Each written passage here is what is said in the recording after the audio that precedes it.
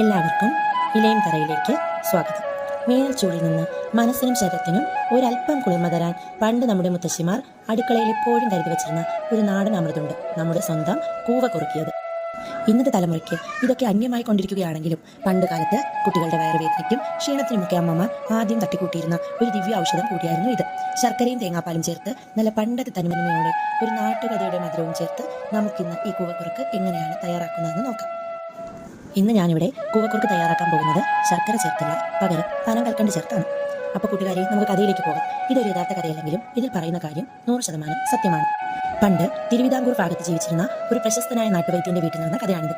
ഈ വൈദ്യരുടെ അടുക്കൽ നാട്ടിലെ വലിയ പ്രമാണിമാരും സമ്പന്നരുമൊക്കെ എപ്പോഴും വയറുവേദനയും ദഹനക്കേട് മാറാൻ ചികിത്സയ്ക്ക് വരുമായിരുന്നു.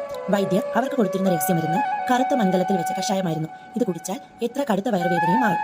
ആളുകൾ വൈദ്യരെ കൈപുണ്യമുള്ളവനെന്ന് പുകഴ്ത്തി. ഒരിക്കൽ വൈദ്യരുടെ വീട്ടിലെ പുതിയ വേലക്കാരൻ അബദ്ധത്തിൽ ഈ മരുന്നുകലം തട്ടിമറിച്ചിട്ടു. കഷായം മുഴുവൻ നിലത്തുപോയി.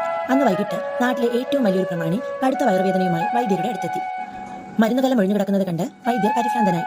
ആ സമയത്ത് വൈദ്യരുടെ ഭാര്യ അടുക്കളയിൽ നിന്ന് ശർക്കരയും തേങ്ങാപ്പാലും ചേർത്ത് നല്ല നാടൻ കൂവ കുറുക്കിയത് ഒരു കിണ്ണത്തിൽ എടുത്തുകൊണ്ടുവന്നു.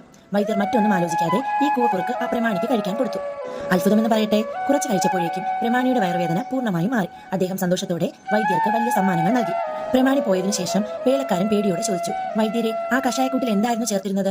വൈദ്യർ ചിരിച്ചുകൊണ്ട് പറഞ്ഞു, ഞാൻ ഇതുവരെ കഷായം എന്ന പേരിൽ അവർക്ക് കൊടുത്തിരുന്നത് എന്റെ പറമ്പിലെ ശുദ്ധമായ കൂവപ്പൊടി തന്നെയായിരുന്നു. വില കൂടിയ മരുന്നുകളെക്കാൾ നമ്മുടെ പറമ്പിലെ ഈ കൂവയ്ക്കാണ് വയറിലെ ഏത് അസുഖവും മാറ്റാനുള്ള ശക്തിയുള്ളത്.